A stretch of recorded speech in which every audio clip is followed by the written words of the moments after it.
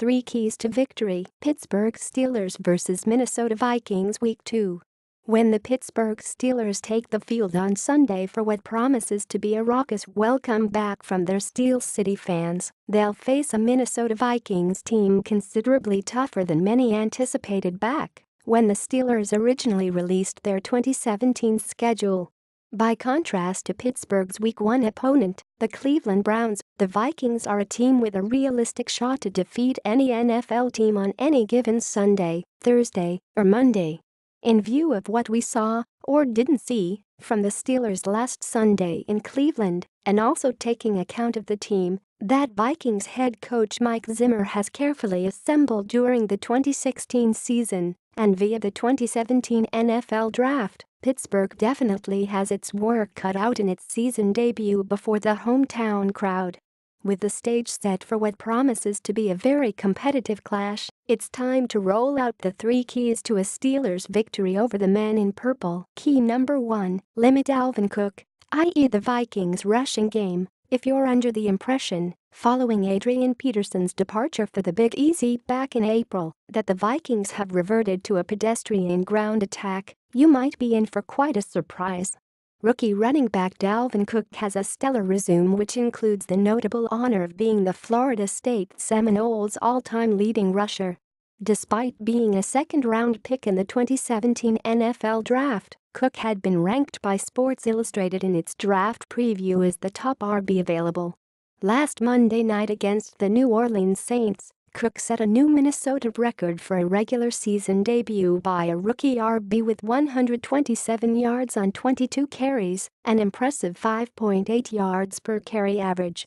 In so doing, Cook bested the Vikings' previous record set by, you guessed it, Peterson. To extend their record to 2-0, the Steelers' defense will need to contain Cook, as they succeeded in doing last week with Isaiah Crowell. On the other hand, if Cook is able to turn in another performance like his Week 1 outing versus the Saints, this might serve as the perfect complement for the preferred short to mid-range passing style of Sam Bradford, and that could spell a long day for the Steelers. Key number 2, pressure Sam Bradford consistently. While Sam Bradford probably is a better quarterback than many believe, he's never been able to prove it because of injuries and the challenges of a journeyman NFL quarterback who's worked with multiple offensive coaches on 3 different NFL teams. Bradford's acute awareness of the severe injuries which have hounded and marginalized his career represents his Achilles' heel because, whether they admit it or not, veteran quarterbacks commonly alter their playing styles in efforts to avoid injury. That's potentially a psychological edge which might be exploited by an aggressive Pittsburgh defense.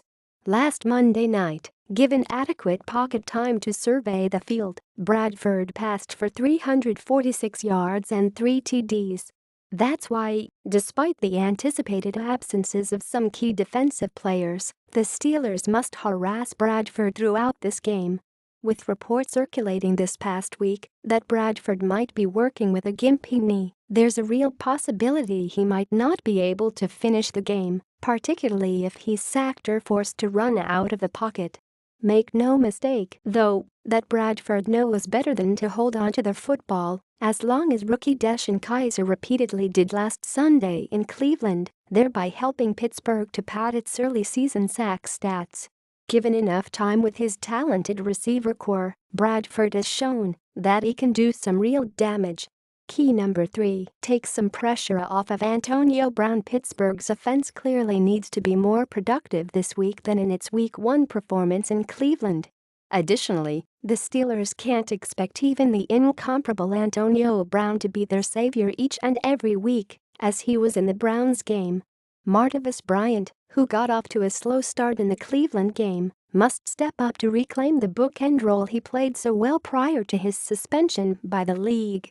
While the presence of Eli Rogers as an effective receiving option certainly has helped, nothing will make a bigger difference in the performance of Todd Haley's offense than for Bryant to reprise his former beast role. Ideally, Le'Veon Bell will not only turn in a more typical performance running the football, but he'll also see more action as a change-of-pace receiver for Ben Roethlisberger. This would present a further diversion for the Vikings defense, taking the focus off of Brown and the Steelers' other receivers.